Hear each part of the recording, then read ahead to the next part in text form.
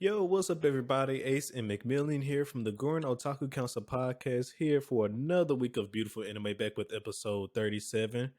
But before we get into all that, of course, if you want to be a part of the council and join me and McMillian as we discuss all things anime and sometimes manga, then make sure you hit that like, subscribe button, as well as follow us on our social media so you can stay up to date on all things about the council. With that being said, the council is now in session. Let the meeting begin.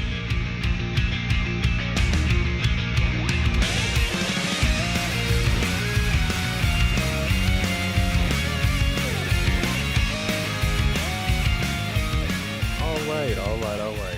So, everybody, welcome back for another week of anime. I'm just going to go ahead and get this out the way now. So, all the last weeks we've been talking about Bleach and Chainsaw Man. We're going to put a little twist on that this week. So, for this week, we're going to be talking about Mob Psycho season 3 so far, as well as Gundam, the Witch of Mercury so far as well. And then, of course, we're going to be finishing it off with the Bleach 1000-Year Blood War episode 6 review. So those will be our 3 anime reviews that we got going on for today.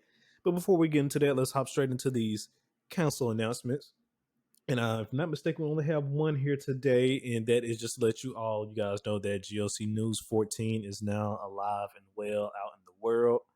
In this episode, we talked about the recent Attack on Titan final season adaptation news, along with some more news about the mangaka of the Black Clover. He's sick right now, not doing too well, but and due to that case, Black Clover is on a 2-week hiatus, plus much more things. And then, once again, hope Kubo, I can't remember his name right now, but anyway, I hope the mangaka of Black Clover gets better and that he's doing well.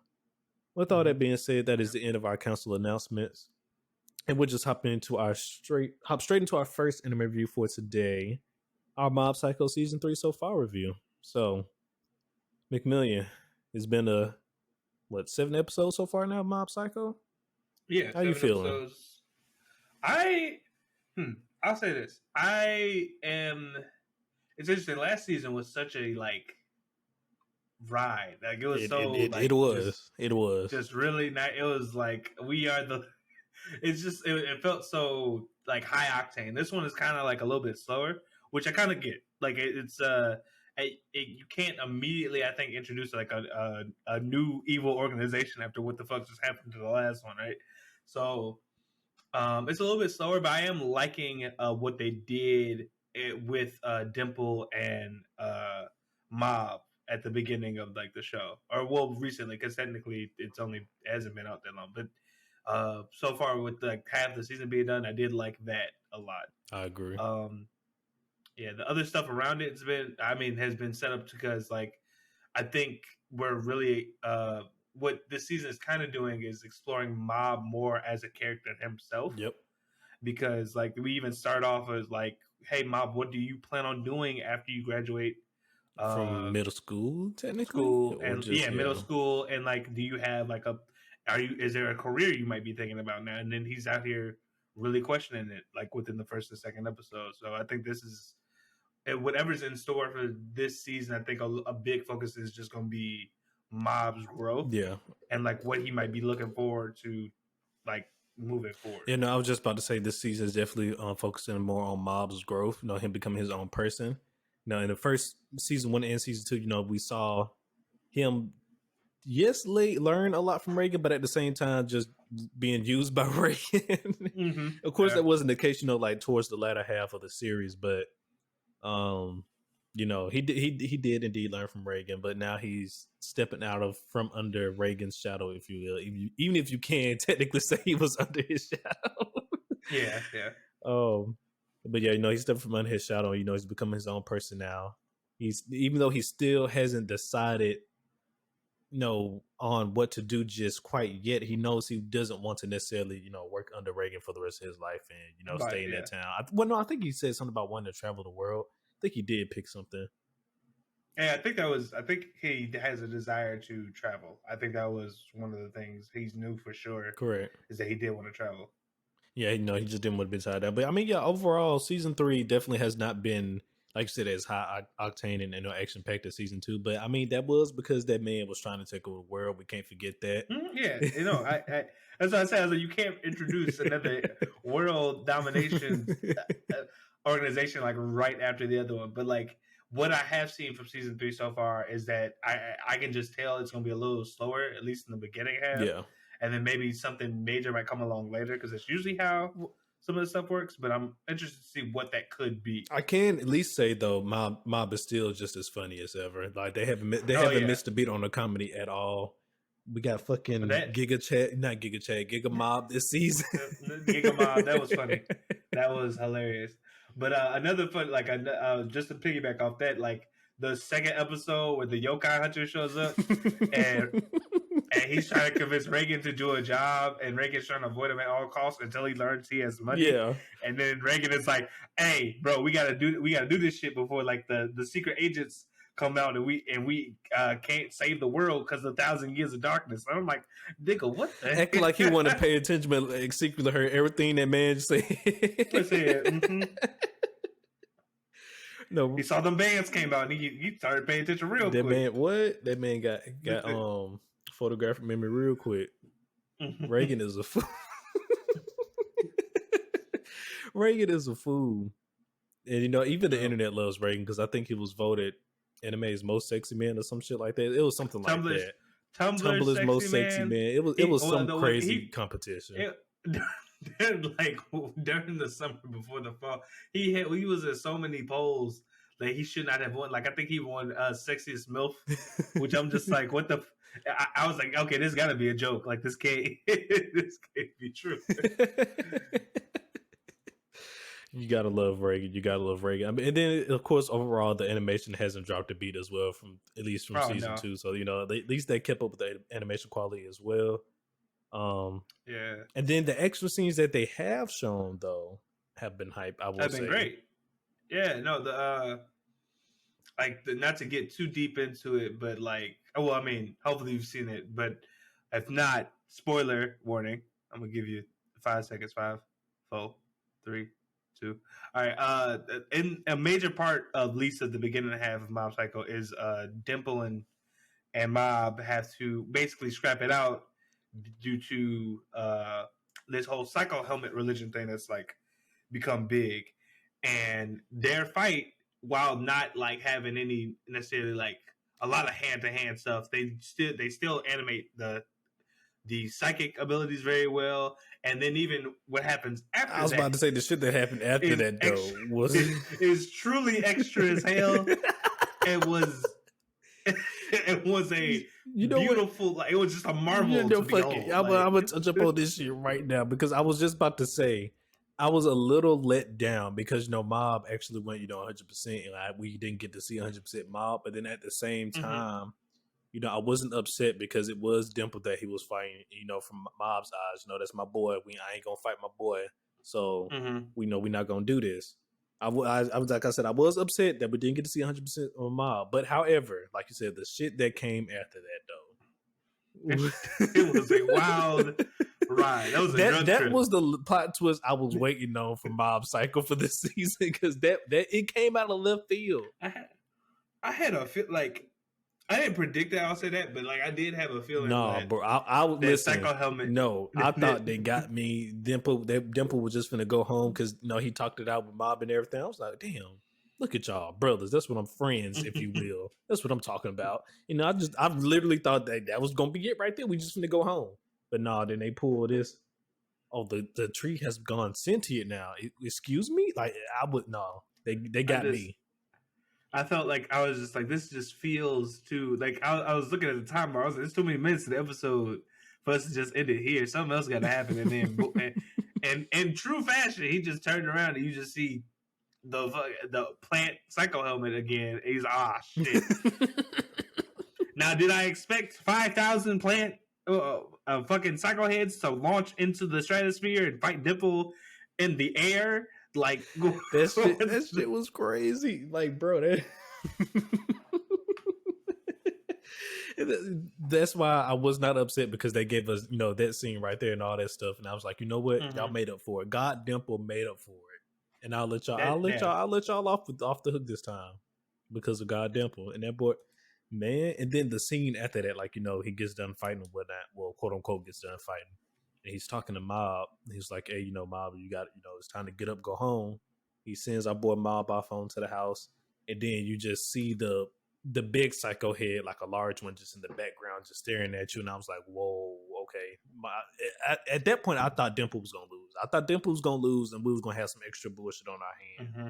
But Dimple didn't, in fact, not lose, at least that we're aware of.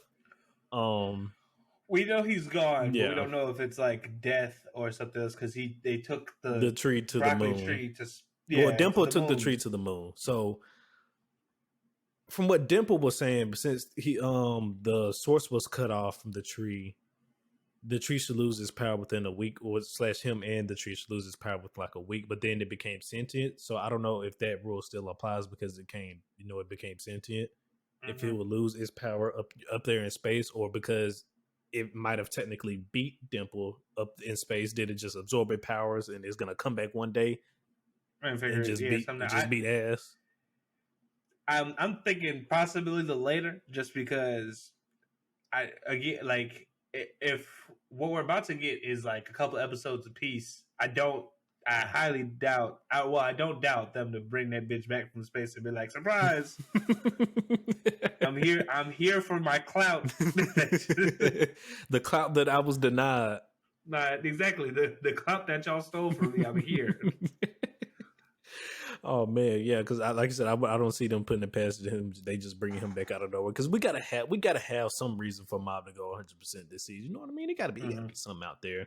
And right now, that's still my number one thing for him to go 100% right now, until further notice. It's gotta happen at least once per season. Because at least once. That is the rule. I didn't make this rule up. I'll just enforce it. All right. That's the rule. Yeah, the facts are there. If you rewatch season 1 and season 2, he at least went 100% one time per season, at least. At least once. And for all those saying, well, he did go 100%. No, this didn't count. All right, this one didn't count. We technically didn't get to fully see it. So I mean, I'd say it doesn't count too. And do you know what? I'm also going ahead and say this. It's been long enough now. It's been 7 episodes now. It's been long enough. I done said it once, but I'm gonna say it again. I'm doubling down. 1 is the best intro for Mob. I think that's fair. I'm doubling down. I think that's fair. But if you disagree, direct all your complaints at Ace. Because he's doubled down. I just said I think that's fair. I'm doubling down. 1 is the best Mob intro out of all 3 of them. It's been long enough. It's been half a season. I'm not scared anymore. There it is. So, like, if you had to rank them, it'd be like what? It'll be 3, 1, 2. I thought you said 1 is the best. That's the name of the intro. Oh no! I'm talking about like in seasons. In seasons. Like, season 3. Season 3. Season 3. Oh, just okay. So just to be clear, season 3 intro is the best intro out of Mob Psycho. Okay. Let me be clear. 1 is just the name of the intro or the song, rather. Got it. He thinks this current one is the best. So again, if you disagree, at Ace, at Gurren Otaku. Oh, so you don't agree? Huh? You don't agree? No. I do like it. I'm not going to lie to you. I really do like it.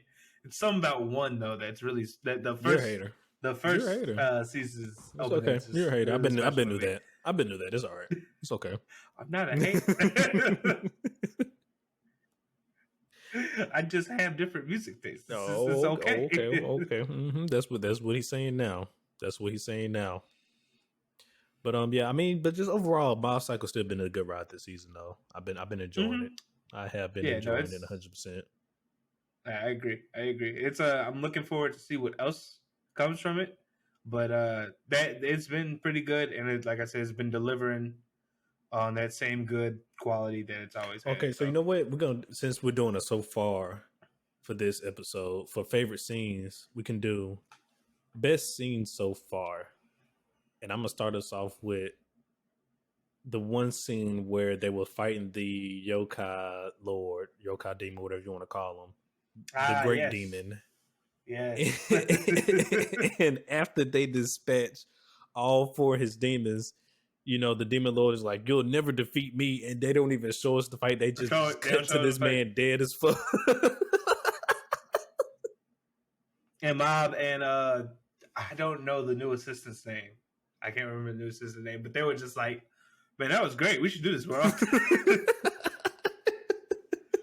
I just thought that shit was so hilarious. We had a few, minutes left in the episode. So okay, we get to see them fight. Get a little squabble in real quick with the Demon King. Nope. I was like, oh, all right. Well, that was okay. That guy's dead. And he's gone. Moving on. Yep. Moving on. They got me. Moving on. But yeah, that shit was just hilarious. Yeah. I mean, we already talked about it, but the other favorites that I have are like best scene is just the Psycho Helmet assault on Dimple. That shit's crazy. That's like one of the best spectacles that I think Mob Psycho has in it. Yeah, because that was insane. Like just the coordination alone of that attack. I was like, a broccoli tree is doing all this bullshit. Yeah, like this. I mean, Mob Psycho is one of the shows I think that does very well with flashy animation. Oh, and I guess like real bright flashes and colors. In sequences very fast and things of that nature. Not the same, like I said, not necessarily colorful, just bright. I can't explain it other than bright. I think I get what you're saying, but like for me, like just to piggyback off that, like one thing I love that Mob does for animation is anytime someone is using like a psychic ability, they have the kaleidoscope. They have the kaleidoscope effect. Yeah, and I think that's just a nice staple thing, and it does really well with it because as you said, it's not like the most colorful thing in the world, but it does add like an extra kind of on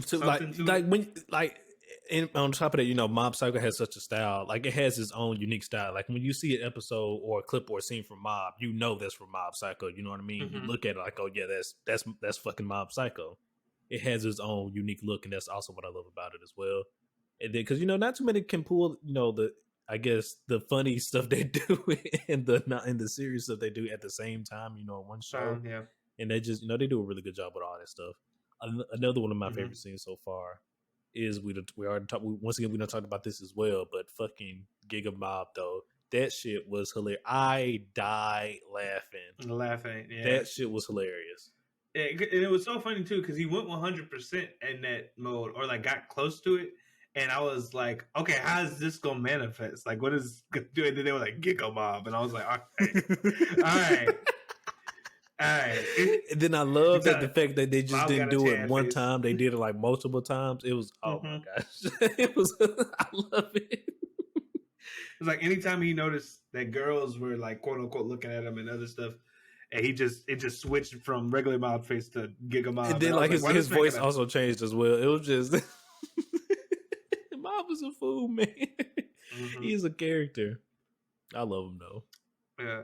I mean, even to like talk about like, well, this is probably my last one, but like another good comedy moment I think that they had was combined with Sirius, Dimple and Mob fighting, and then Dimple like destroys Mob's school uniform, and he sees that dumbass shirt he got under, and Dimple completely loses like all.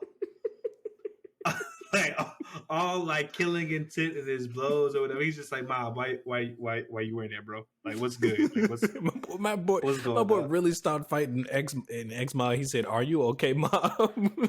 Exactly. He was like, we are no longer enemies at this point. I am concerned. Like, what's going on? Oh my gosh! Like Mob. There's one thing about season 3: the comedy did not fall off this season at all. Yeah, definitely. I definitely agree. Oh, I love Mob Psycho so much. I can just only speculate, how the rest of the season is going to end because I don't think I'm going to have to go look that up. I'm not sure if we know how many episodes season 3 is listed for currently. I'm going to have to go look into that. I'm going to have to go look into that. Wonder if it's like a core or if it's continuous. I was about to say they normally do continuous. Mob has never done a core before, but that's kind of just some of the new standards for now in the anime industry, though. Yeah, usually like have a a core here, a core there. But yeah, only time I guess will tell with the rest of it. Yeah, But no, I agree. as we've been saying, the still solid, still solid. I agree. And then I guess just my other favorite scene, my list, I guess, other scenes so far would just be watching the Mob Psycho religion basically affect the whole town because that shit was wild. They just out here passing around candies and snacks and food, milkshakes, all this type of stuff and things that things of this nature. And they took over quickly and swiftly. They took over. Just brainwashed everybody quickly and very swiftly. It took over, and then at the end of the day, and I said this offline, Dimple won. All right, my man didn't attempt to enslave everybody; he succeeded in enslaving everybody. All right, even though at the end of the day, no, all he really wanted was a friend. Him and Mob talked it out. He still won at the end of the day. Just want to let that be known. Now, will he have whoop Mob? I don't know. I don't know if Dimple whooping Mob, but a win is a win at the end of the day. That would have been interesting. A win is a win. Well, yeah. So I mean, we'll do something different for the rating for this as well. What would you rate Mob season 3 so far? So far, I'd probably give it like a 7. I think.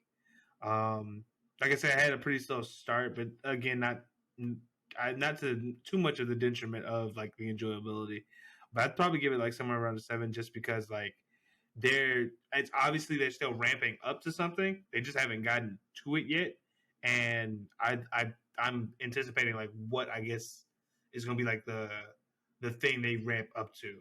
But other than that, I'm enjoying the comedy and like the growth that they're kind of pushing towards for Mob. Like I'm waiting to see like what this all leads to in terms of like the end of season 3, or as we move more towards like a climax kind of thing. I agree.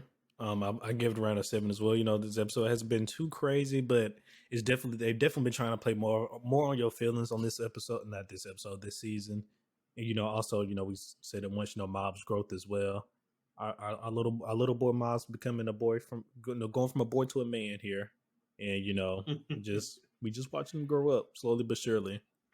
Mm-hmm. And I know we still got at least half a season left to go, because it's at least going to be 13 episodes. I don't know if it's going to be more than that. So hopefully the climax for this season is going to be great. Leave a good feeling in my mouth, and leave a good taste in my mouth, not good feeling. Pause. Pause on both of those, actually. But anyways, on that note, that is the end of the Mob Psycho season 3 review so far. Let us know down below in the comments how you guys are enjoying Mob Psycho so far this season. Me personally, once again, I'm enjoying it. It has been great. The animation's still good. The comedy's still A1. Let us know how you guys are feeling. And moving on from there, we're actually going to go to one of McMillian's favorite animes of the season. Yes. We're going to head over to our next anime review for today. We're going to be talking about the Gundam Witch of Mercury so far. So that'll be, I think last time we talked about is episode 2. So we're going to talk about 2 through 6, just everything so far. And you know what? This show. What? How you feeling? What you? I said that. How is it hitting? I said this offline. I'm gonna say it again. Put some respect on Witch Mercury, all right? She winning. She ain't never lost a day in her life except when the system was against her. But she winning. All we take is dubs, she ain't never baby. Gonna stop winning. All we take is dubs. She showed up, took somebody, girl, took that dude. She up. Hey, she took the girl and then she took him. Like you said, she up. She winning. She up. She took both of them. Except when the system don't want you to have friends. See, this is why I don't like politics. I'm done. But Gundam. Witch of Mercury. It has been great so far. Yeah, it's been really enjoyable. If y'all could not tell from this little, out of enjoyment for you, since like I mentioned before, this is my first Gundam series. Are you enjoying it just as much as you enjoyed other Gundam shows? Yeah, so surprisingly, I haven't watched a lot. So just before someone is like, oh, is he like an expert? I have only seen a handful. Okay. And most of the ones I have seen kind of start a little bit faster than Witch of Mercury. And when I say that, I mean like they are usually about people either already serving the military in some way, shape, or form, or like immediate fights. Because there's like mini Gundam series like Gundam Thunderbolt, Mm-hmm. which is like I think they're kind of like pirates, almost kind of like whatever with Gundam suits. It's crazy, but it starts like a little bit faster. So like this one being focusing on like a school, granted, while it's owned and operated by some very shady people and stuff like that, like she's still very much a student. And but I've been really enjoying just seeing how she grows and what all is, I guess, going to come toward her later, because it's very obvious, especially at the last episode too, that there's a lot more going on here than just like regular school politics and Yeah. fun shonen tournaments with robots. Yeah, I was just about to say, I think that's my most favorable aspect about the show so far is how all these companies are basically using the school for their, not only to fill their pockets up with money, but also just other greater agendas as well. I think that's the Mm-hmm. best, the plot line, if you will, is what I've been enjoying so far about this show. I would say it's holding up for me. Like it's definitely very entertaining, and I as much I like the plot, but I really do also. Besides that, I just enjoy the characters. Like Suletta is a joy to watch. Yep. Like as a person who usually characters who don't understand um social norms or like societal stuff can be they either are very funny or they're very annoying. But I think Suletta, in a unique perspective, I think she's a is little bit mixed in very both. interesting. Yeah, she for me, I'll say I like watching her grow. She is hilarious to me. There are very few times where she is annoying to me, at Yeah, I least. I mean, yeah, can't that's say said a little bit I of can't both. speak It for is, everybody. it is few. That's why I said a little bit of both. Like so, I was like they kind of I feel like they almost found like the perfect like uh fish out of water Because character. it's Because basically like, in my opinion, Zenitsu done but less annoying. yes, yeah, I'd say that too. Because like I don't even necessarily hate Yeah, Zenitsu, cause, I mean, but there like are I said, times where I I'm don't hate like, him either, but just less yeah, annoying than him. That's mm-hmm. still that. Yeah, Trust yeah, me, that's no, still my boy. He showed out last season. exactly. He did what had to be done. All right. Complaining about three wives and stuff, but it was yeah, but first of all, that was a very genuine question. All right. no, I mean I get it, but with Slid, I just I think besides just the plot, I'm really enjoying the main character and watching Okay. her, uh, you know, Okay. grow as just a person. It's very That's interesting. great. And then speaking of Suletta growing as a person, last time we talked about her, she was just now getting to the school, and she was just being framed for being a quote unquote witch. Since then, she has gotten rid of those allegations through winning her duels. Like we said earlier, she don't take no L's around here. All she take is Don't take dubs. no L's. So she kind of not. She hasn't necessarily fully cleared her name of that, but like they're not necessarily fully fucking with her for it anymore. They of course they still fucking with her, but well, see that's also crazy. Like just for instance, that we're on episode 6 now, I believe 6, yeah, and the boy she just fought has a Gundam. that part, and nobody but nobody say found shit out. about But that. nobody ain't say shit about that. Like, well, I guess they might say some shit about it in the next episode. But so yeah. So back to what I was saying. So we last time she was being framed and stuff and whatnot for being a witch. Moving on from there to her being houseless to now joining House Earth. So even though she's a quote unquote Spacian, the people of House Earth still decided to take her in because she's just that likable. Yep. Even the one that the real aggressive one that was all against it, even her at the end of the day, she caved in, welcomed her to House Earth and everything. And she even stuck up for her and then punched the shit out of these other two girls, like straight up whooped their ass. Yep. And and now we're here where we got a shocking revelation at the end of last episode. Because I'm not even mad because there's been some theories about this exact thing going around online, and the motherfuckers kind of might be right. Just whereas either so basically it's been kind of like two ongoing theories right now. If you a theory isn't a spoiler in my opinion.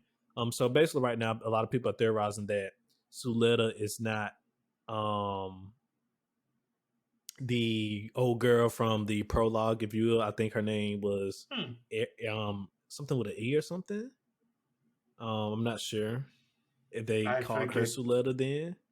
I'm a very bad with memory. I know you. Yeah, her original name Yeah. it was different. But yeah, they figured that they're not the same person because of a lot of different things, and they figured that Ariel was sentient, and from the look of this last episode, that might be the case. That Ariel is sentient with the old person from the baby from the prologue, and especially since we learned about the effect of, I think they called them bioengineered humans, something along those lines.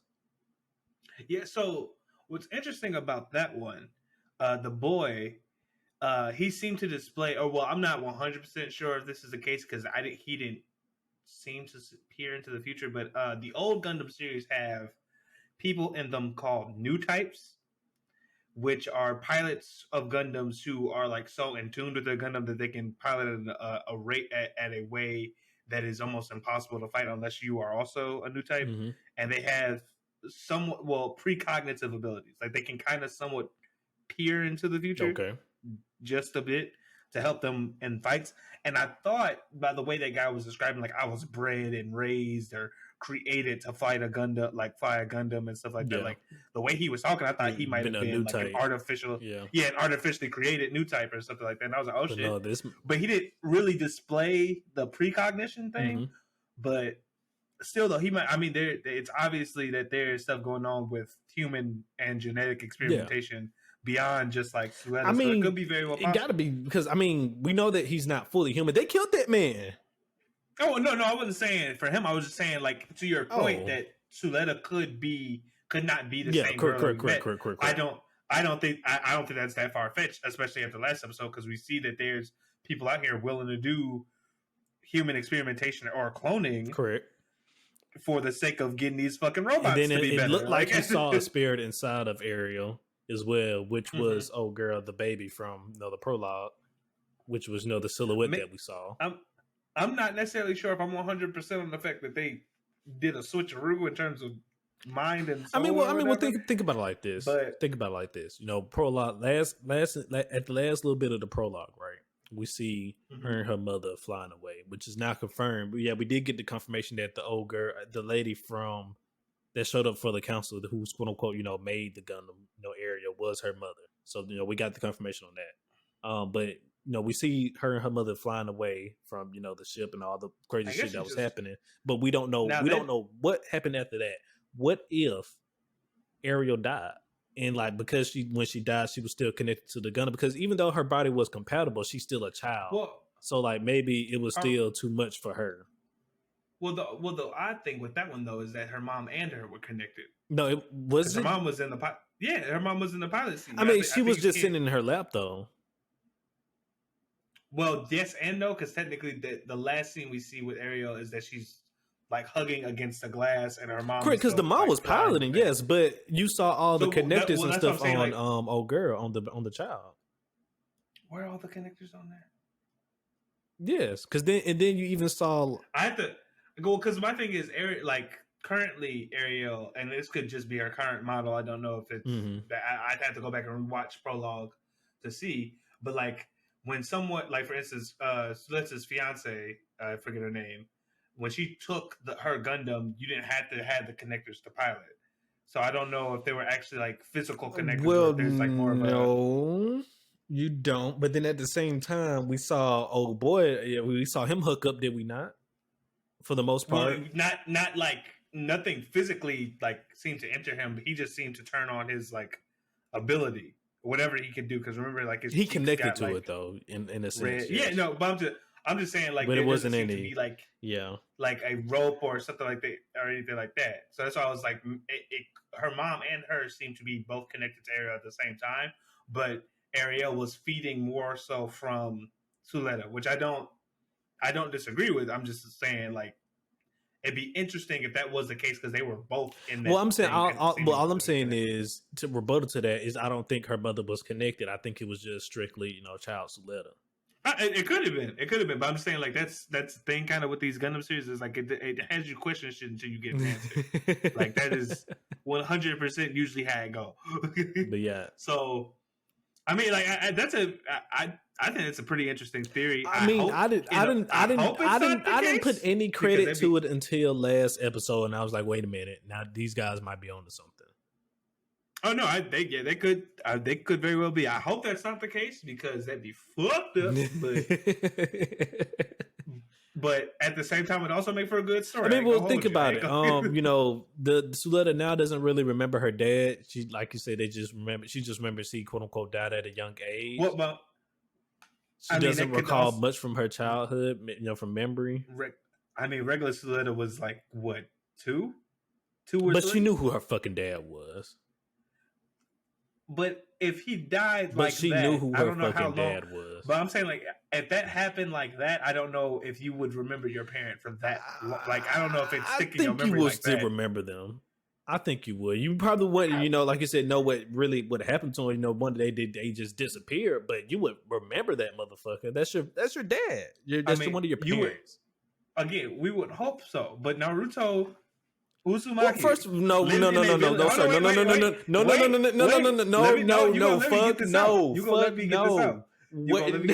He lived in a village where his dad was a no. I don't want to hear that. No, I don't want to hear that. That man was fresh out the womb when his dad died.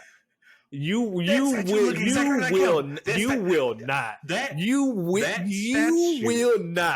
use that as an example, as a comparison. Like that child. No, that statue look exactly like you that shall child. Not. No, sir. He wakes up every day and vandalizes the statue. Be that as it may. That man was fresh out the womb. That man had about 1 hour of breathing at the most of fresh air before that man died. Okay. I'm not gonna say I'll take that back because I'm petty, but. But I will say, at least with Suletta's thing, I think one reason she could also not remember her dad is also because it doesn't seem like, one thing that I remember from the prologue is it doesn't seem like she gets to spend a lot of time with her parents in the first place. Because they are test pilots and stuff like that, and they work a lot. So it's not, I won't say that like, it's impossible. It's not, in my opinion, it's just not impossible. To me, at least, based on what happened to her and the way that they were living, it wouldn't be far-fetched for her to forget her father. Or at least pack that memory away, because the brain usually tries to protect you from trauma. And ergo, she kind of did see him blow up. Kind of. She didn't fully see it, but she did see it. Well, first of all, no, because that was going the opposite way. If anything, she heard it. True. She could have heard it. But I'm just saying, like, she had to fly away on a robot and stuff like that. She might not even remember the fact that they escaped like they did. I'll give you that. Through a very traumatic experience, technically, it could cause her mind to block it. But I mean, at least from what they showed us from her point of view, I don't think from her point of view it was a traumatic experience though. But I will still give you that though. I mean, it like, look, I'm not a baby. I don't know how babies compartmentalize. I'm also not a doctor, so I don't know. Like both of those statements are true. But I'll just say, like, I feel like either one of those explanations right now, like that theory, both of those hold weight, and I'd have to wait to see a little bit more of, like, I guess how the aerial systems interact with her for me to be like, oh, that's a like, that's a girl with a robot's conscious or something like that. Yeah. Well, I mean, at least one thing we can confirm is that her mother, Soletta's mother, she either perfected the gun format or like advanced it to a point where it's not, not like the original anymore. Because when old boy did the Ice Prince, when he did try to, connect to Ariel, it's almost like he said, like, he mentioned like it's not that same feeling as from, connecting to the gun format. So it's definitely she probably achieved the true gun format. If we possibly, I mean, like, I think that was, I think that's what, like, the end of the prologue basically shows, that Suletta is special in some way, that she was able to connect to this perfect Gundam or something like that. Like, she was the only one in some way, shape, or form. And it could lead to, could support the theory that there could be like some consciousness shit going on or whatever. But I mean, it's interesting. I'm really interested on, like, how Suletta's mom changed up her appearance because she, in my opinion, looked nothing like she did in the last one. That's why when that girl recognized, I was like, how the fuck did you know that was her? Like side by side images, they don't add up. No, they don't. The math ain't mathing. Because I saw that lady, I would not think that was my old colleague. I'd be like, who the fuck is this? I mean, I'm pretty sure she looks the same in the face. I think, didn't they show us her face? I can't remember if they showed us her face. Yeah, we've seen it without the mask and with the mask on. But I'm just saying, like, when I her face looks the same. I'm not mistaken. I think it's just really her hair color. Up both of them, and I was just like, so you don't see it. You're not seeing it. My only thing is that, like, I don't know when she encountered that lady, did she have her mask on or was it off? Because I thought it was on, and I was like, if that is the case, I definitely would not have guessed. I can't remember that that detail specific, but so I mean, are you saying right now that's not that lady mother? That's what you're telling me? No. I think that's her mom. Okay. I don't. Okay, well, let me rephrase that. There's a small. Do you not think that's the same lady from the prologue?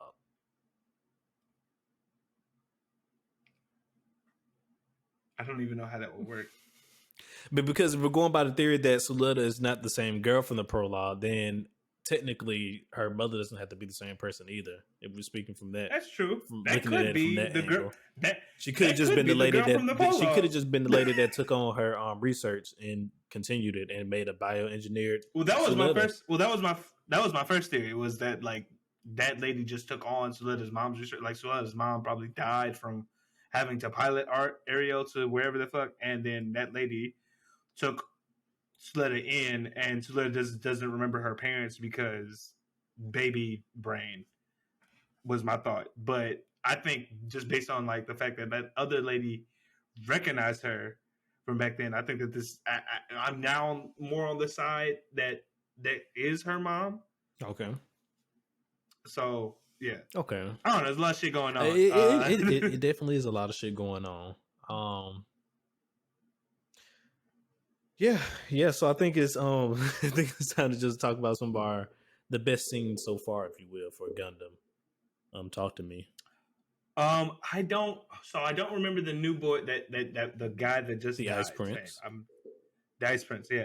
Him versus Jeturk or whatever the fuck. That was a good fight. Because that boy, what was it? He was trying to give it his all, but you could tell that he was going to get his Gundam was just outclassed, unfortunately. Those the fucking drone things. You know, they say that mantra. You know, the duel isn't determined by the pilot or the Gundam or the machine this time. It's but a this time of it both. was a mixture of both. But I think this time it was the machine took the edge this time. Mm-hmm. Yeah, no, definitely. I mean, like for instance, they don't. What it seems like they said before, Gundams are just a class above. That's how they've always been usually in shows. But there are if you're a good enough, well, in the older series, if you are a good enough pilot, you could beat a Gundam. Yeah, at least in the old series. I'm waiting to see if that's still true. I mean, the only thing about that is, in this series, Gundams are technically illegal, so we really don't know how. There's probably a few floating around illegally, of course, but we just don't. They're just not out there because they are illegal. So we're not really going to get to probably see many chances of people fighting Gundams like that unless the show just drastically changes, throughout the series. Well, that's also a thing with Gundam. They depending on like how long they last. Yeah. One season can be completely different from another. That's like any show in general. True. But I was saying, like, for instance, I think in Gundam Wing, they start off as students. Well, technically, they're all like secret agents, but they start off in the school, and then like the next seasons are like war. So, and like Iron Blood Orphan season starts somewhat similar. Like the first season, and the second season are like they link together, but you would almost like they're almost two different like types of plot lines. Okay. Well, no, they have two different plot lines. Like where one is extremely like focused on one thing and the other is another. So I wouldn't be surprised if like season one of the thing is like, oh, school espionage, some big reveal at the end of this season, all out war next season. Or some shit I wouldn't be surprised that war would break out because I mean we already know there's a lot of shady shit going on, between all the different companies and things. I mean, I think shit has already been what. Two or three assassination attempts or some shit like. I mean, at some point, Suletta got to fight that guy who killed her dad. I mean, yeah, of course, you got to get it back in blood eventually, but she has to find that out at one point, but she's still in the dark. She don't even know. First of all, she didn't know what happened to her dad. So I mean, I don't even think, unless once again something just out of left field happened, I don't even think she's gonna find that out that he's the reason her dad is dead. I mean, it's gonna happen. I just feel it's anime. It's gonna happen somewhere. Deep down in your heart, you know what's gonna happen. Deep down in my core, I know that the MC finds out who fucked them over. So like, okay. So one of my favorite scenes from this, damn, we went off a little tangent there. One of my favorite scenes so far from Gundam was old girl from House Earth, the one with the pink fluffy afros, when she was punching those other Spatians for talking shit about Suletta. She stood up for our girl, and she whooped their ass for that. her. That was a haymaker of a punch. My guess. She just straighten her shit, and I was like, I like this character.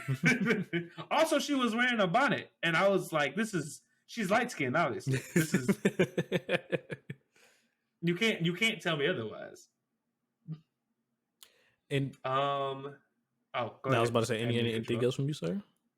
I was about to say another favorite scene of mine, just from the series, might have, as messed up as it is, probably is the ice, the final moments, at least, of like the Ice Prince thing, because it was like, I've lived my life like solitude so much that this like one friend made that much of a difference, and it hit so hard. Yeah.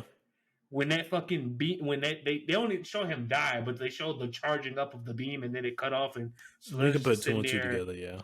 Yeah. I was like, what the? And then, like you mentioned earlier, it was also to Suletta singing "Happy Birthday" as well. That's basically how her dad went down as well. But that happy birthday is 2 for 2. And then they did the little synchronization thing where her and the Ice Prince was singing "Happy Birthday" at the same time. Yeah, it was fucked. Same time. It was fucked up. That's which is also another thing with new types.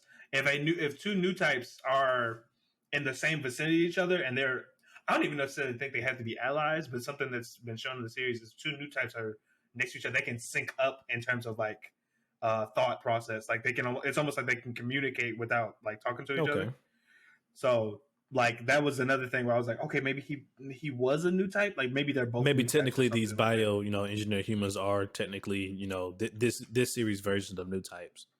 That's just something like So yeah, but that was was like, hey, the cute stuff. It was nice, right? Yeah, they really had to remind us, like, yo, this is still a Gundam series. We still talk about some heart-aching stuff here. Legitimately, I think that was a comment. It was like, and this is just to remind you what show you're watching. You're still watching Gundam. Don't forget that, because like we haven't seen a scene like that since the prologue. And, and once again, they just had to remind us, like, hey, did y'all forget what the prologue was? No, this is still that same series. You know what I mean? So, yeah, that scene definitely did hit hard. I agree with you on that one. As fucked up as it was, it did hit hard. I agree, 100%. One of my favorite scenes, I think, is definitely from episode 1, though, when we first see Suletta's Ariel in action. It might have been episode 2, actually, but just seeing Ariel in action for the very first time, pulling out the drones and everything. It was that shit was fire. I do like that. Specifically from that like fight is the tackle kick before she breaks off the antenna. Such a good moment. Such a good moment. Besides that, there's not much. Yeah, I don't think I got another one. Do you have? Well, my only last one, of course, would be from the latest episode here when Suletta and Ariel was fighting each other. Not Suletta. When Suletta was fighting the Ice Prince, just that whole fight. It was nice. Oh yeah, that whole thing was good. Specifically, if I had to pick a moment from that fight, I think was like when he brought his drones and she figured out how to counteract them, like weave through them. Weave. But yeah, no, it's so far the series has been really good. I look forward to what dark shit we got next episode. because I know she's gonna be looking into old boy. He disappeared. Yeah, I mean, So, unless from the looks of it, they they were got multiple of them things, so they yeah. probably won't even notice that he is not he anymore unless she starts she putting it will. together. Like this, he's acting different, and things of that nature. Mm-hmm. But I mean, other than that, I don't think really anybody will notice that he's gone because ain't no telling like, how many times they done replaced this man. You know what I mean? So that is true. I didn't even think of that. How many times they might have replaced him? Is no telling, and because apparently the real person ain't no telling. I think he been ducked off chilling somewhere. Yeah. No, I can't remember where he been, but he been chilling somewhere. So I guess overall, Witch from Mercury Gundam. What would you rate the season so far? This might be favoritism. I don't Not know. this might be favoritism. Okay, before you give out your favoritism, I'm gonna go with a solid 8. I'm enjoying. Oh, okay. It's not favoritism. Okay, Mine was I thought you was gonna pull out like a 9 or a 10. No. That prologue, I still feel like I've said it once. No, I think the prologue is definitely a 10 out of 10. No, I agree with you on that. 100%. Prologue is 10 out of 10. But yes, if we're just talking about as a whole, the complete series, I'm gonna give it an 8. It's very, very, very solid. For me, for my very first Gundam series, I'm enjoying the hell out of it. Especially the Gundam fights, but like I said, just the plot line is really what I find myself enjoying the most.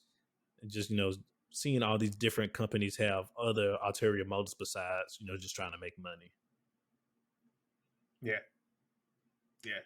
It's an 8 for me. As a person who's like not like the oldest fan of Gundam, but like has always had like a special place in the heart for like mechas, it's delivering very well. The plot line is great. I'm enjoying most of the characters they're introducing and stuff like that. I can't wait to see how the side characters show their stuff too, like like other pilots besides Suletta and stuff like that, like how that'll progress. It's an 8, and I'm clamoring for the next episode. Alrighty, so let us know down below in the comments what you guys been thinking of the Witch of Mercury Gundam series season so far. Like it, love it, hate it. You folk with Suletta, you folk with House Earth. Did you feel for the Ice Prince when he got blasted to hell? Let us know down below in the comments what you guys think.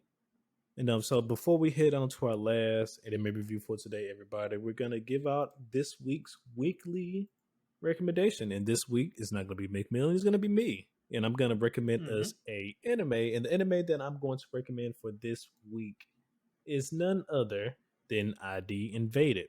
It is a sci-fi mystery anime where we follow our main character whose name is Saikaido. I think that's how you pronounce that.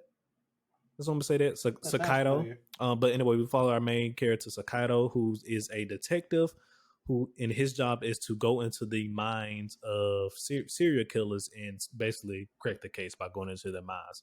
And that whole mind realm scape is called the ID wells. But the plot twist is only people who have killed before can enter the ID well, and so it just adds an extra layer to, I guess, the characteristics of the detective. And then you go throughout the series and find out later who he killed and things of that nature. It's a really, really good show. If you're into mystery shows and things of that nature, definitely go check it out. ID Invaded is the name of the show. Yeah, I do second if you're into mysteries to check it out. It was pretty. I believe Ace recommended to me, and it did not disappoint. Alrighty. And so we're gonna head on to our last anime review for today, everybody. Bleach, 1,000-Year Blood War, episode 6. And oh my motherfucking gosh. We don't even need a summary for this episode because the summary was Yamamoto versus Yawak. That was the summary. Yeah, no, that's 100% factual. Like that, there's not much more you can honestly say than that, other than like I guess how the fight ended. But we'll get to that eventually. And so I mean, if you want to know the episode, the title episode though is called "The Did Fire." I not say that? I apologize if I didn't say that. So I mean, go ahead. Bravo to this episode. We finally got to see Yamamoto's Bankai, and it wasn't. So I guess it wasn't what I was expecting, but then it was what I was expecting at the same time because I just figured his Bankai was going to be some crazy, like, flames everywhere type situation going on, even though technically that's kind of how it was still to a certain extent. I mean, as he said, there is a way. There is a thing. There is a form of it where it is that. Yes. But the way he was fighting, he was trying to focus it on a thing, so he didn't burn down the Gote 13, Yeah. basically. And so I just thought it was gonna be some crazy, just fire everywhere explosion, fire here, fire pillars there. You know, kind of similar to how like when the Quincy King entered and he just saw those pillars of Reishi just fly up The everywhere. Reishi, Just thought we was gonna see flaming pillars just fly up everywhere and shit. Like, yeah, Bankai motherfucker was good. Yeah, no, but it was still dope as fuck though. And please, I just need to know. Can somebody explain to me why can this motherfucker raise the dead? I must know. Who thought that was a good idea? As cool as it was raw shit.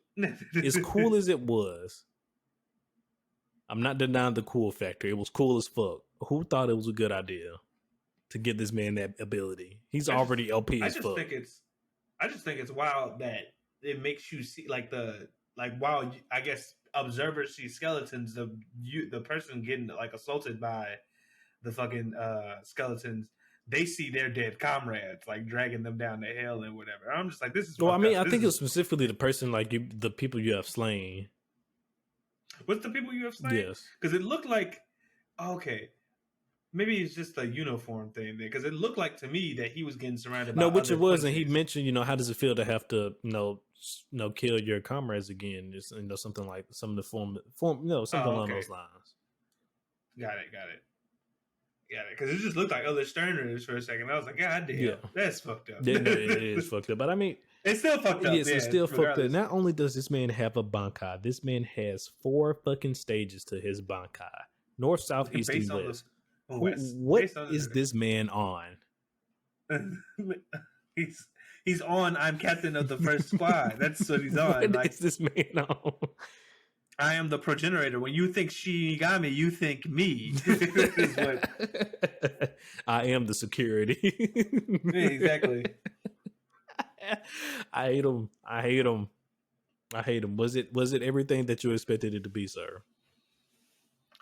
I really enjoyed the whole episode. Like, the animation was fucking amazing. They were like, look, if we got to do this for this character, we're doing it justice, like all the way, and it looked great. I have to remind myself that even though this like 1,000-Year Blood War is new to the anime verse, if you would, it's still an old manga, final chapter manga getting adapted, so it's not necessarily going to be as high octane as some of the newer gen shows, if you will, but it still was very enjoyable to watch. And I just wish it was a little bit better, because like throughout, and I think the only reason why I honestly think it was because the plot twist at the end was because we found out that the whole time he was fighting him, it wasn't the real Quincy King, and I was like, okay, you know what, that makes sense, because it did feel just a little too easy, even though this is Captain Yamamoto. I mean, it did kind of just feel a little too easy for him to whoop him up like that. What is it? Because. Like big thing, just a big hint to that is the fact that like this is a person he fought like 1,000 years ago and he couldn't like kill right or kill outright, and the person he's fighting now supposedly hopefully is supposed to be stronger, and he has no way to deal with all this shit Yamamoto's throwing at him. And like while you were like, oh, this is Captain One, like this is it, but like the thing is, there's like 12 episodes in this core. Yeah. So you notice not the you notice ain't the final fight, and then 2, he was trying to get away. He wasn't really trying to engage. Yeah. Like he was more on the defensive the entire time of the fight, and I was like, okay, as cool as it was, watching Yamamoto pull out all these different forms of the Bankai, I'm just like, he's whooping him a little too easy. Like my boy ain't even fighting back at this point. Something ain't right. And then at the end, he killed him, quote unquote, basically killed him. What he did. That guy is dead. But not even quote unquote. No, that guy is dead. But he killed them, and then we finally get the reveal on. It's like, oh, okay, that makes sense. That makes complete sense right there. And then we also got the reveal, of course, that Aizen is well and around. We know that they did take Aizen into custody. That they did not kill him. They imprisoned him. I did the seal. Yeah, because they can't kill him. I think Well, that was like the I whole think thing. he I can don't think they kill could. it. Well, yeah. Well, I don't think one of them was strong enough to kill him. Like I said, I think that was kind of the whole thing. But apparently, the Quincy King, he could have killed him, but he just mentioned it would be too much time and energy right now to try and kill you. So apparently, he can die. It's just that it just might take a It little would bit take a longer. lot, which makes sense. He absorbed the Hoyoku. Yeah. It's like that's not like He's basically God. That's basically God. Yeah. But he can die. It's just gonna take a little bit longer than a normal human being, a normal soul reaper, if you will. Yeah, that whole time, it's crazy to think that whole time, like while that fight was going on, your walk was like down there being like, Aizen, come on. Now, my question is, even though like the Soul Society is quote unquote Aizen's enemy, what makes you think he would still team up with you, not become both of you and no enemy on both sides? You know what I mean? Like you would have freed this man, and now you got to deal with the Soul Society and Aizen. Like I did think that was interesting because he even said like Aizen, Sosuke Aizen, the other man that we designated as a special threat, and I'm like, so you know about him? He not rocking with nobody. Like what? Like, why would you come here? What were you trying to accomplish? Like, was that your grand master plan? I guess the thing is, like, if we could possibly get him on our side. Yes, it technically is a possible, but at the same time, in that same note, you have the possibility of him not being on your side. Like, why would this man? Oh yeah, what's stopping this man from lying to you? You know what I mean? Like, it's fucking Aizen that we're talking about. It's like, Master of Illusions himself, But like, not only that, I just feel like do you listen to your probability person?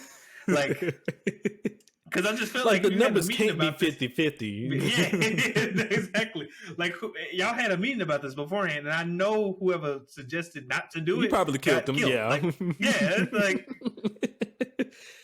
This is something you talked about with your top dogs, and I'm pretty sure one of them said, "Nah, my guy, like, this ain't it." And then he killed them, and then he looked around the room and he said, "Anybody else want to correct me?" That's basically probably how this probably went down. But yeah, I just don't know what his master plan was for that was. Even if he did, like, even if say like Aizen does help him out for a little bit, we all know Aizen is a man that is going to just only wants to achieve his own goals. So we know at the end of the day, even if he was just going to help him kill the Soul Society just for the time being, once that was done, now my eyes on you, motherfucker. So, and then he even mentioned it. Ain't no point in becoming friends when eventually we know we're going to become enemies. Like, so it's just like, there's no point. Like, why'd you even come here? I don't know. It was just wild. They just wanted to show us Aizen face again. Hey, don't forget about him. He's still a part of the series.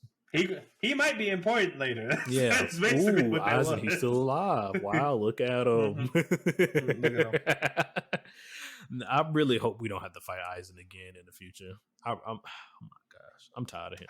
I would hope not either, just because I feel like there'd be like a retread. Yeah.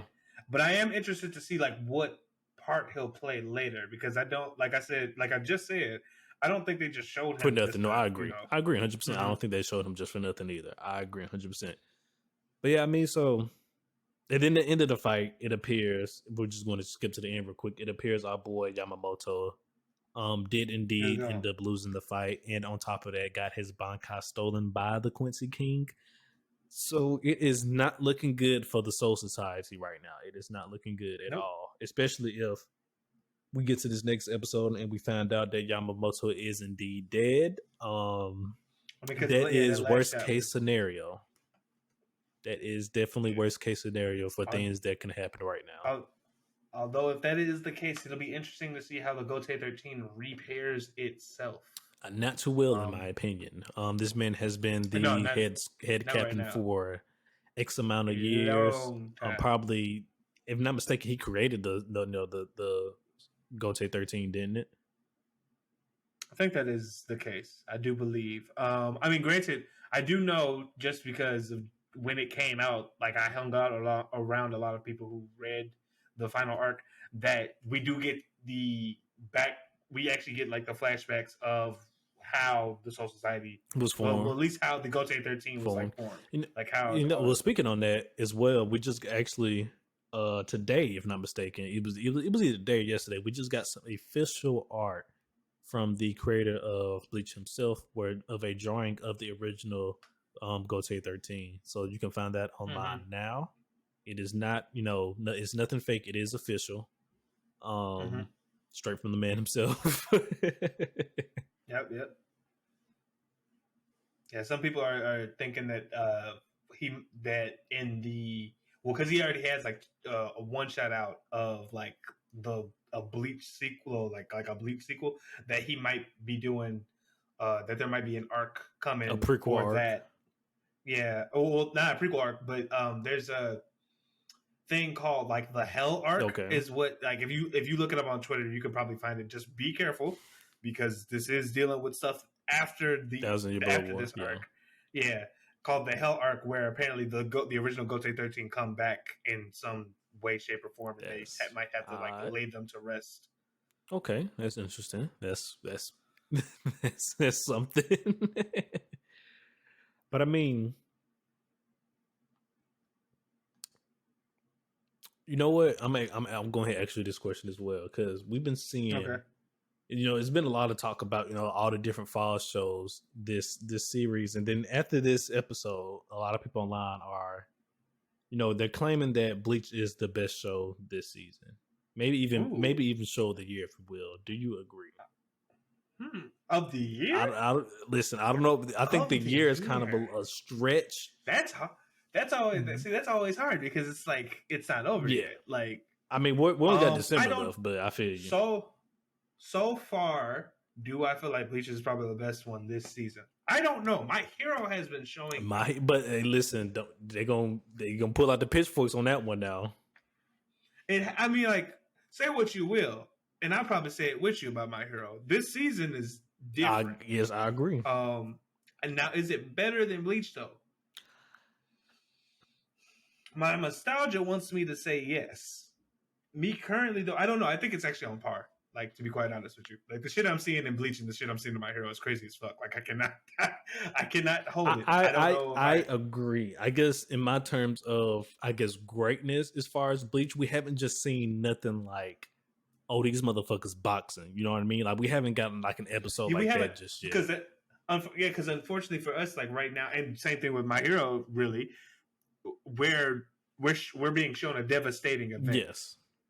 We're not being shown a fight. We're being shown this is how serious the situation. No, 100%. Like you said, we haven't seen shit like this go down with in Bleach in a long time. So, or at all, really. We did go through a war arc, the hollow Wake Mundo war arc. Wake Mundo, that whole thing. But even Wake Mundo didn't stack up numbers like this. Yes, no, 100%. Like, these are characters we have seen take out threats. Yeah, like Kenpachi showed up in Wake Mundo and put a nigga in his place. He did. The first episode when he came. Like, come on. That he did. So it's hard for me to say that Bleach is the best this season right now, when I know, like, for instance, Chainsaw Man, I know stuff that's coming later, and it's still doing pretty well.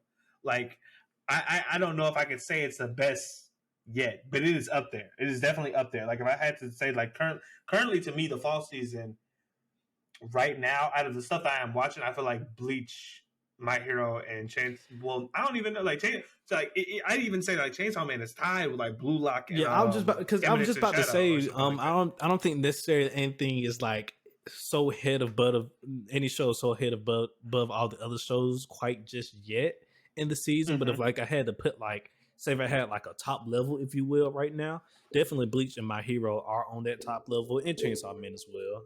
I'll put Chainsaw Man on there, but it's just like nothing is just one ahead of the other just quite yet for me.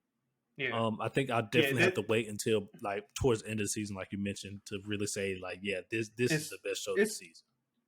It's much too early to call it. Like, we're only 6 episodes in for like most series, right? Yeah, we're only like 6 to 7 episodes in for most. And then, like I said, it's way too even early. Though you mentioned like, yeah, we're being shown a devastating event right now inside of Bleach. We haven't. I'm gonna say it again. We haven't had these motherfuckers are boxing episode just yet, so I definitely can't put it at the top right now.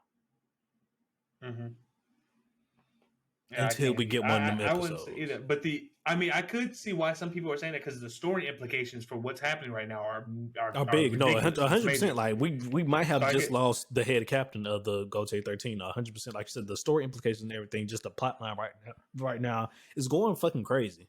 Like Mhm. they popping off, but I don't know. Like I said, Like I said, it's too early. It's too early right now for me to give it the def anything. Like yeah, it's just a little bit too early to give it like the definitive. Yes, this is the best show of the season. and I'll say this again because I've been saying it since leading up to the season. Fall is crazy right No, no, now. 100%. There are shows I haven't even like I'm not watching that I'm hearing people talk about are great. Like, and I can't give any. I can barely give time to watch them because I got all this other shit that I'm doing. I'm watching so much stuff right now. It's ridiculous. And then there's still some stuff from this season, like you mentioned. I still want to check out. I haven't gotten a check chance to out. get around to yet. Exactly. But I'm already watching so much stuff this season. It's ridiculous. Like all my fall season is really spoiling this right now. 100%.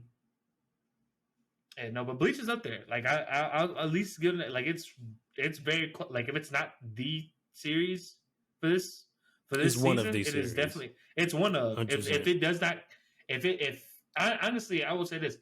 If fall ends and there's no definitive winner, I honestly think that's a good thing because it just means everything was so good, people could pick one. Yeah. Like, and to me, that's not a bad thing. This means we were eating. Yeah, well. We were just feasting this season. 100%. No, I agree with you on that. Well, favorite scenes then. Let's go ahead and hop to some favorite scenes for this episode. Shit. It's really hard because this episode was Yamamoto struts his stuff. Yes. Like the episode. Like I know the title says the fire. It should say the Yamamoto. On me. But so like it's hard to break down that fight into different things. But I think maybe favorite like you gotta give it up at least. I'm gonna start it with like the start episode. Favorite scene. Him activating Bankai. Oh my god. It's never happened before. It's never happened before. It's the first time we've seen it, and it was now. And just like that Stern Ritter said, I expected something more, and he gave it later. But the thing was, it was such a like when I saw that sword, I was like, it looked like a piece of shit. It's not. Yeah, it's not. I knew I was like that thing. Look, I was like the way, and also like just how the design of it. I was like, oh, this is cool as shit. It's about to kill something. It's about to destroy something. Yeah, like you said, it don't look threatening, but because you know it's Yamamoto's blade, though, you're like, yeah. All right, it transformed. That's all I needed to know. Even though it don't look quite threatening, it transformed. That's it got to do something. We talking about Yamamoto's Bankai here, so I'm not even worried about that. And then even during that scene, he goes into Bankai and the whole fucking skybox change, if you will. I'm gonna use video game terms here. The whole fucking skybox turn changes. Just all across the social ties, and I'm just like, it just shows you just how immense his power is to affect technically the weather, if you will. It's just wild. I mean, for me, I think it's got to be just. As fucking crazy as it is, I just really think it's fucking wild that this man can raise the dead, bro. Like, oh yeah, no, that's crazy. That was crazy. Actually, I honestly, if there was any part that was lacking, because I went and looked at the panels, it might have been like skeleton stuff because the way that he drew that in the manga, them bitches looked like they was on fire, and in this they didn't look like. Yeah, no, they wasn't on fire. But it was still like a really good scene. Like when that happened, like when they just red skeletons all over. But I mean, but if I had to pick my favorite Bankai sequence, if you will, because he got 4 stages, it'll definitely have to be his. If there's east, it's the west. It's the west form one where he envelops his body in flames and he's quote unquote as hot as the sun. Like that right there is basically what I was expecting from his Bankai. I was like, yes, this is it right here. This is what I was envisioning. this type of thing when I hear Yamamoto's Bankai. And then we get that was one of my favorites too. No, I was just saying that was also one of my favorites. And then we get the whole explanation from the Stern Render was like, heat of that level won't be visible from by the human eye and whatnot. Then he mentioned, what if his spiritual presence is just so fucking great that as it busts out of him, it just looks like flames. And I was like, yo, that's fucking crazy. And the cool thing about that, as he walked, he was melting shit. Like fucking built. Like I think he stepped on a building and just got it. Didn't even show it on fire. Just deleted it. Like it. That's insane. Um. Damn. Yeah. I don't know, man. I like. Besides that, like maybe just I think maybe the first time the copy walk actually tried to get a hit in, and the sword just disappeared. Yeah. That okay. like that you was know what? that was just like a drastic thing. I'm glad you brought that up. And before we move on to Raiders, do you have any other favorite scenes? No, I think that might have been my last. Okay, I'm glad you brought that up because I almost forgot to bring this up as well. You just helped me remember. When did this man have time to switch places with the Quincy King if he was also fighting Kenpachi? So was it confirmed that the real one was fight Kenpachi? Or I mean, at least that's what they showed I thought it was, us. I thought it was the copy the whole time. Maybe I misunderstood because I wouldn't understand. I mean, it was the guy who can transform into the people. It was the same guy that fought Kenpachi, right? Okay, yeah. So, are you asking like when they invaded? When did he do it? Yeah, because I mean, we saw him fight Kenpachi, and then he came back with his body, though. Well, I would assume that the copy dude was Yuwak the whole time, and that the real Yuwak was going to visit. Okay, so I'm saying, so you think there's somebody that can make multiple copies of people? Then one of the Stern Raiders. That's what I'm asking because we see, quote unquote, Kenpachi pull up with his dead body, and bringing him to the fake Quincy King. Did we see him with? Yes, he was. Well, I guess maybe the other guys. Oh, I know what you mean. The dude he copied the guy who copied Kenpachi. Yes, is the same guy who copied, quote unquote, copied the Quincy King. Unless there's two versions of him or multiple. I think that might be. I think that might be the case because I believe when Yuwak pulled up, he called the Stern Ritter's real name was like Twin or something, which means there's probably two of them. Yeah, so unless there was two of them, it was basically like it was the same person. That's what I'm trying to say. Like, when did he have time to be, basically in both places at once? Yeah, I see what you're saying now. But I think if I'm not mistaken, if you go back and I'm gonna have to double check that because he probably did say something like that. I think he told that was like Stern Ritter T or something like that, and it stood for twin, which also just proves that like the Stern Ritter names or letters have extra meaning. Yeah. So. Yeah. Well, we already knew that their names had meaning, though. We've been figured that out. Mm-hmm. But yeah, okay. But I'm definitely going to go back and look at that to see if he mentioned twin there. Because if he did, then there go right there. They're twins. There's two of them. Then that solves the case right there. Yeah, I just thought that was wild. But let's go ahead and rate this episode, and I have to at least give it a 9 here. I'm not going to give it a 10 out of 10 just because solely it was a one-sided fight. If it was not a one-sided fight, this would be a 10 out of 10. But it was, so I got to give it a 9 out of 10. I'd also give it a 9 out of 10. And I don't know if it's necessarily the one-sided fight or just there are problems with shows or like moments to me where it's like, oh, this is really dope. And then at the end, it all just kind of takes it away. Like I understood why it did it. Do I agree with it though? Do I agree with it? Exactly. 100%. It just feels kind of lazy to me in a way. But I understood where it was coming from as a story perspective. It makes sense. It's just like I mean, at this point, they paving the way for Ichigo to fight the Quincy King now. Mm-hmm. Yeah, definitely. Because I mean, at this point, because who else would fight him? Can't nobody else use their bankai but him. So I mean, here it is. Then also, quote unquote, here it might be the return of Hollow Ichigo. Who knows? Dun dun dun. Who knows? Yeah, probably. Who fucking knows? Most likely. I mean, well, oh boy, still got his bankai. I think. Who?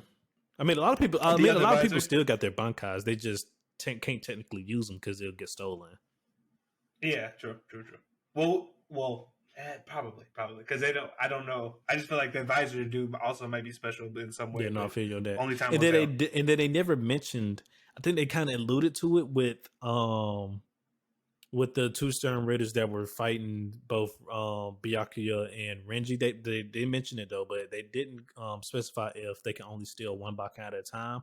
like I said, I think it's kind of like implied because the one who stole Byakuya's Bankai wasn't trying to steal Renji's Bankai. He was going to let the other guy steal it. Oh yeah, the other guy steal it. Yep. And that could just be because, well, we're just going to let everybody get one and something like that, maybe. But that also could imply that they can only steal one Bankai at a time.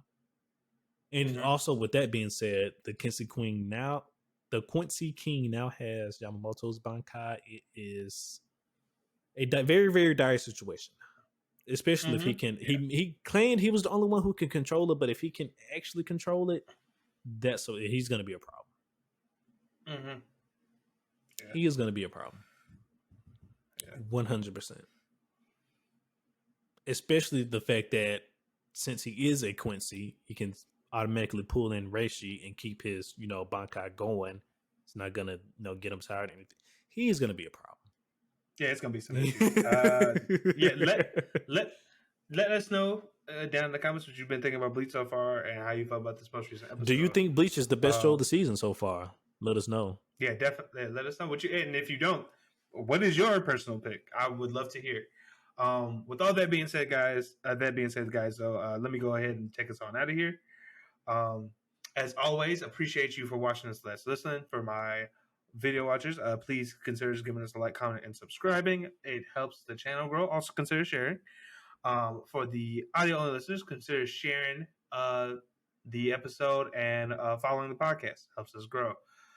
With all that, you can follow us if you want to stay on today on all things about the council. Please consider following us on our social media. That is at Gurren Otaku's on Twitter and at Gurren Otaku Council on everything else: Instagram, Facebook, and now TikTok. With all that being said, everyone continue to enjoy this fall season because we know we're being fed very well, as stated many times throughout the episode. But this is the Gurren Otaku Council saying meeting adjourned. Everyone enjoy their nice night.